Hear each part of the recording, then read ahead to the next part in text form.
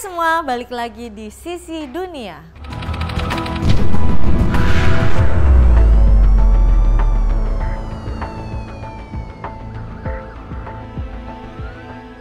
Kali ini saya akan menceritakan kisah para pengguna susuk dan korbannya yang banyak menipu orang dan merugikan orang lain di sekitarnya. Gimana sih ceritanya? Penasaran? Langsung aja yuk.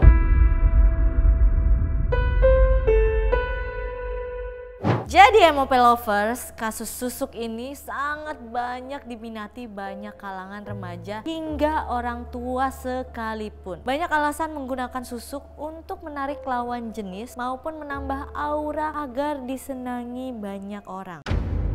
Susuk terdiri dari berbagai macam jenis, tergantung kemampuan dari seseorang yang memasang susuknya. Salah satu susuk yang mahal bisa terbuat dari emas yang ditanam pada bagian manapun yang diinginkan pemakai susuk itu sendiri. Wow, jadi gimana ya? Interupsi sedikit ini Sisi Dunia. Aku tuh pertama kali ngeliat orang pasang susuk itu pada saat aku syuting Kakak Beda di podcast Untold Story yang kedua. Itu bener-bener aku kaget banget karena ditusuk bener-bener tanpa berdarah dan orangnya kayak sakit gak? Enggak. Dan bisa bayangin gak, ini ditanam di badan kalian emas. Tapi kalau ditanam di emas, kalau kena X-ray bunyi gak ya? Istilah pasang susuk ini sudah ada pada 300 tahun sebelum Masehi. Berarti udah lama banget ya. Di Pulau Borneo yang digunakan pada raja untuk kewibawaan juga disegani musuh-musuhnya. Pada saat itu susuk memang digunakan para raja. Susuk ini juga diberikan kepada permaisuri dan selir-selir raja untuk terlihat menawan dan mempesona. Pada waktu itu susuk dianggap sebagai benda sakral dan keramat. Jadi tidak sembarang orang bisa menggunakannya. Lalu seiring berkembangnya zaman, metode ini menyebar hingga ke Pulau Jawa. Menurut masyarakat Jawa, susuk berasal dari kata susup atau susupan yang berarti kemasukan benda kecil di dalam kulit. Namun dari sumber lain juga mengatakan bahwa susuk ini diambil dari salah satu marga jin yang bernama Susuk, yang memiliki spesialisasi dalam hal pengasihan. Nah, para dukun menggunakan jasa jin susu dengan menempelkan susuk pada orang yang memintanya. Salah satu cara untuk menyewa susuk ini adalah melalui perantara dukun. Lalu dukunlah yang melaksanakan ritual rekomendasi dari jin susu itu tersebut. Tapi banyak gak sih kalian sering denger gak? Aduh gawat nih, susuk aku gak bisa dicabut karena dukunnya sudah meninggal. Gimana tuh ya? Bingung juga. Nah, ini ada cerita dari beberapa pengguna susuk yang ternyata gak semuanya berhasil. Suami yang pasang susuk untuk memperdaya orang tua. Emang maksudnya ya kalau pasang susuk orang pasti ada tujuannya masing-masing. Tapi apakah ini sesuatu yang direkomendasi? Sepertinya tidak. Tapi di sini kita juga bisa lihat ternyata orang yang membutuhkan kewibawaan atau mungkin terlihat lebih mempesona, menawan, itu tidak hanya perempuan, ada laki-laki juga loh. Tapi kira-kira kalau misalnya laki-laki yang pasang susuk itu buat apa ya? Cerita ini datang dari seorang wanita bernama Eta yang menjadi korban susuk suaminya dan saat ini menjalani proses perceraian. Eta mengaku merasa jijik dengan suaminya ini sejak hari pertama mengucapkan janji seumur hidup semati. Istilahnya berarti merasa jijik ketika baru mulai janji pernikahan. Kata Eta, demi Tuhan saya juga nggak tahu kenapa bisa mau aja sama dia. Bahkan dulu sampai 3 tahun pacarannya. Selama menjalani hubungan pacaran, Eta mengeluarkan modal untuk berpacaran. Sehari setelah nikah, rasa itu hilang semua. Jadi menurut cerita ini yang membayar semua modal pacaran itu adalah di pihak perempuan. Mungkin kali ya. Jadi laki-laki memasang susuk untuk ya, tapi pengen pacaran gak ada modalnya dipakai buat susuk, kasihan banget ya. Maksudnya ya daripada pasang susuk mending kerja aja say, ya gak sih? Kalau misalnya belum ada duit buat pacaran udah fokus dulu kerja. Kok jadi curhat ya mama. Setelah 7 tahun menikah, barulah Eta sadar setelah saudaranya melihat segenggam tanah merah di bawah kursi ruang tamu yang diduduki oleh orang tua suaminya saat melamar Eta. Jadi suami Eta tidak menggunakan susuknya untuk Eta, melainkan untuk semua keluarga ataupun orang tua supaya dia itu mau Eta biar jadi sama dia. Pada saat honeymoon ke Pulau Dewata, Eta merasakan bahwa susuk yang dipakai suaminya itu luntur. Kata Eta, sumpah saya ada rasa jijik ke suami yang baru saya nikahi. Berbagai cara apapun saya gunakan agar kami nggak berhubungan intim. Kalau saya bisa membalik waktu, saya pikir saat itu cinta saya bukan kepalang padanya. Pada saat itu status suami buruh pabrik susu dan Eta adalah lulusan S1. Akhirnya suaminya itu kursus komputer dan beralih profesi menjadi drafter. Hah? Mbak Eta udah 7 tahun nikah, masa baru sadar sekarang? Lama amat. Pada saat tahun kedua pernikahan Eta dan suaminya, kali ini mereka setuju untuk kembali lagi ke Pulau Dewata untuk merayakan anniversary mereka. Di sini, suami Eta membuat Eta hilang kesadaran dan akhirnya mereka berhubungan intim. Eta sama sekali tidak menyesali kehadiran putranya itu, tapi prosesnya saja yang membuat Eta sangat menyesal. Kemudian suaminya memutuskan untuk resign tanpa memberitahu Eta. Eta kira setelah kemunculan putranya akan membuat suaminya menjadi lebih giat lagi dalam bekerja, tapi kenyataannya tidak. Pada 2018, suaminya mencoba profesi menjadi ojek online. Namun, pada tahun tersebut, dia menelantarkan anaknya dan melepas seluruh kewajiban sebagai suami kepada Eta. Biaya sekolah dan biaya hidup anak semata wayangnya ini menjadi tanggung jawab Eta sendiri. Setiap suaminya pulang hingga dini hari, Eta tidak pernah diberi uang dari suaminya. Dan tanpa sengaja, suaminya ini keceplosan ngomong kalau dia setiap hari antar jemput mantan istri temannya yang menjadi suster di rumah sakit terdekat. Hah? Maksudnya gimana? Selingkuh gitu? Atau ngapain? Ngapain ngantar jemput mantan temennya coba? Apa karena dia ojek online? Tapi kan dapat duit gak sih? Duitnya kemana say? Duitnya kemana? Tahun 2019, Eta tidak sanggup menjalani hidup dengan suaminya ini yang setiap hari pulang jam 12 malam tanpa membawa penghasilan. Ya iyalah. Akhirnya ia menyuruh suaminya itu pulang ke rumah ibunya dan kata Eta, sampai sekarang dia nggak pulang-pulang lagi ke rumah. Disuruh pulang bukannya sadar gitu ya, minta maaf datang atau apa, malah nggak pulang-pulang lagi ke rumah. Biaya hidup anaknya selama ini baru ditanggung oleh suaminya sebanyak 2 kali dan sebesar 500.000. Dan setelah itu Eta tidak pernah mendapatkan jatahnya dan jatah anaknya juga. Ya udahlah, jatahnya dia bisa kerja sendiri, tapi jatah anaknya tanggung jawab dong. Mungkin dia anggap anak bisa makan dari langit kali ya, kan butuh duit, butuh penghasilan. Di tahun ini Eta memantapkan diri untuk bercerai dengan suaminya, tapi lagi-lagi berujung di ketentuan agama. Kata Eta, yaudah deh sekarang saya fokus dulu ke anak saya. Lalu Eta berniat menyembuhkan luka suaminya yang tidak terlihat itu. Oh ya, sampai hari ini dia nggak ada nih sama sekali kasih duit ke saya, jatah istri. Sampai sekarang kami masih hidup numpang di rumah orang tua Eta, kata Eta. Jadi selama ini Eta hidup ya hasil dia sendiri. Aduh nih ya MOP lovers, ini bisa dijadiin pembelajaran. Kalau misalnya kalian mau nikah atau pacaran,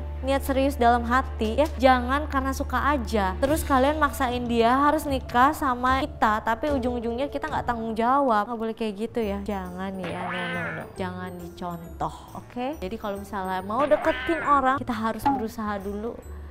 Kalau kitanya udah oke, baru kita cari orang. Oke, kalau kayak gitu kita langsung ke cerita yang selanjutnya. Kali ini berawal dari seorang wanita lanjut usia, sebut saja di kota X, yang menyimpan puluhan susuk di tubuhnya selama bertahun-tahun. dan merasakan sakit. Lalu wanita lanjut usia itu mencari seseorang yang mampu melepaskan susuk dari tubuhnya. Nenek yang berusia 85 tahun ini harus pasrah dan berharap bisa meninggal secepat mungkin agar tidak lagi menderita akibat sakit yang ia rasakan. Akhirnya pihak keluarga ini menemukan Ki Geni, ahli supranatural, untuk menyembuhkan neneknya dari segala penyakit yang dialami. Nenek ini hanya bisa mengeluh dan ingin segera melepaskan penyakit ini. Setelah dikulik-kulik, nenek ini dulunya adalah seorang wanita penghibur di salah satu tempat karaoke dan menggunakan susuk untuk menggait pria-pria hidung belang. Wow, awet banget ya. Berarti susuk itu gak bisa hilang loh. Sampai 85 tahun pun gak hilang-hilang. Gimana itu? Berarti udah berapa banyak? Di X-ray gimana sih? Aku beneran penasaran sih. Gimana MOP lovers kalau orang pasang susuk di X-ray kan besi ya? Bunyi gak sih? Dia mantan wanita malam dan memakai susuk dari mulai dahi hingga anggota tubuh lainnya. Itu yang membuat tubuhnya terlihat bugar meskipun ia sebenarnya sakit, ucap Ki Geni. Ki Geni berusaha mengeluarkan susuk yang menempel selama 85 tahun dan mendapatkan 27 susuk yang menempel pada dirinya sehingga membutuhkan waktu selama 5 jam untuk melepaskannya. Dan membuat Ki Geni harus mengeluarkan seluruh energinya untuk bisa mengeluarkan berbagai benda dan jimat di dalam tubuh wanita itu. 27 tusuk, gak kebayang sih. Banyak banget itu. Berapa meter ya? Kalau udah disambung-sambung panjang juga. Proses tarik-menarik energi cukup alot karena tusuknya sudah melekat sejak puluhan tahun lalu. Bahkan ada yang dikeluarkan dari area sensitif pasien, sehingga ia teriak pada saat itu, ucap Ki Geni. Sebagian banyak dari susuk ini adalah susuk emas yang menyebar dari bahu, bibir, dagu, payudara, pinggul, dan ada juga susuk yang berbentuk seperti berlian di dalam tubuh nenek 85 tahun ini. Wow, kalau emas sih mungkin bentuknya sekecil gitu kan, maksudnya sejarum, kayak jarum gitu. Kalau berlian gimana?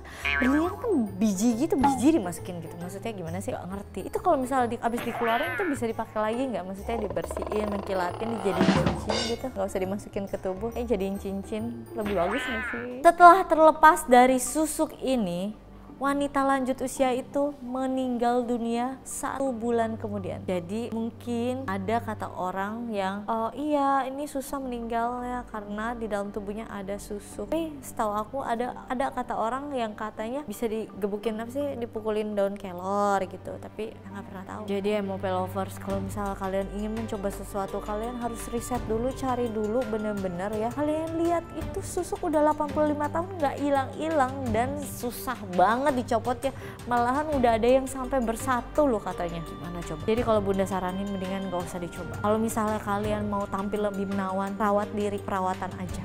Kisah terakhir ini datang dari seorang wanita bernama Karin, sebut saja Karin, yang menggunakan susuk namun gagal.